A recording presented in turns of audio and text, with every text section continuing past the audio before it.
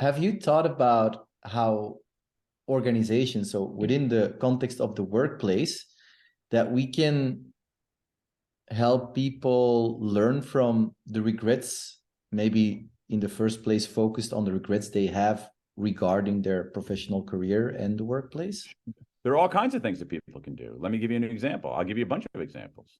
So one thing that readers have told me, readers who've read this book and emailed me have told me, is that business readers is that they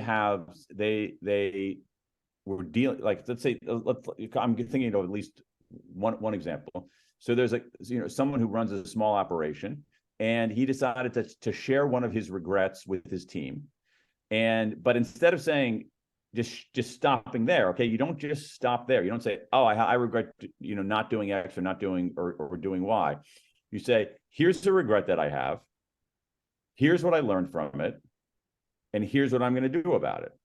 And that is one of the most powerful conversations you can have in the workplace. It's powerful because if you're a leader, you're signaling to people that you're not trying that your role model, you're offering yourself as a role model for how to deal with regrets effectively.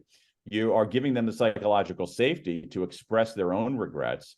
But also what you're doing is you're giving them a process, a mechanism to use it. So again, any of your listeners who are leading organizations or even leading small teams, share a regret that you have with your team, but don't stop there.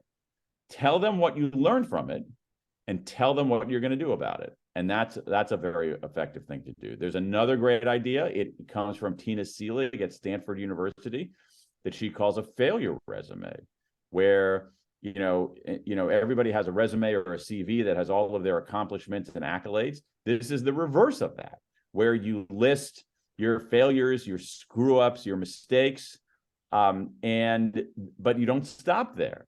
You list, let's say, so one thing you can do to get started is list your 5 big failures or regrets imagine making like a table or a spreadsheet that's 5 by 3. Okay, so you list your 5 big regrets or failures in one column, and then in the next column you list what lesson you learned from that. And in the third column, you list what action are you going to take to respond to that lesson. And this is the healthy way to deal with regret. You treat yourself with compassion, kindness rather than contempt. You explicitly make sense of your regret. You think of it as data, as information, right?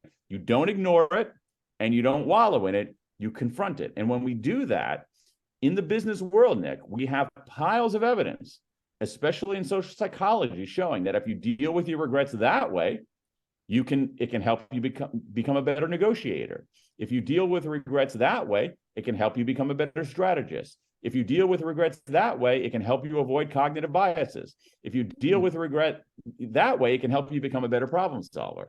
And so going back to the central riddle that you identified a few moments ago, regret exists for a reason, and we can use it. We have this tool, this ability that is, I think, largely unused. But if we recognize, hey, that feeling is there for a reason, and we respond to that feeling in a systematic way, regret is a transformative emotion.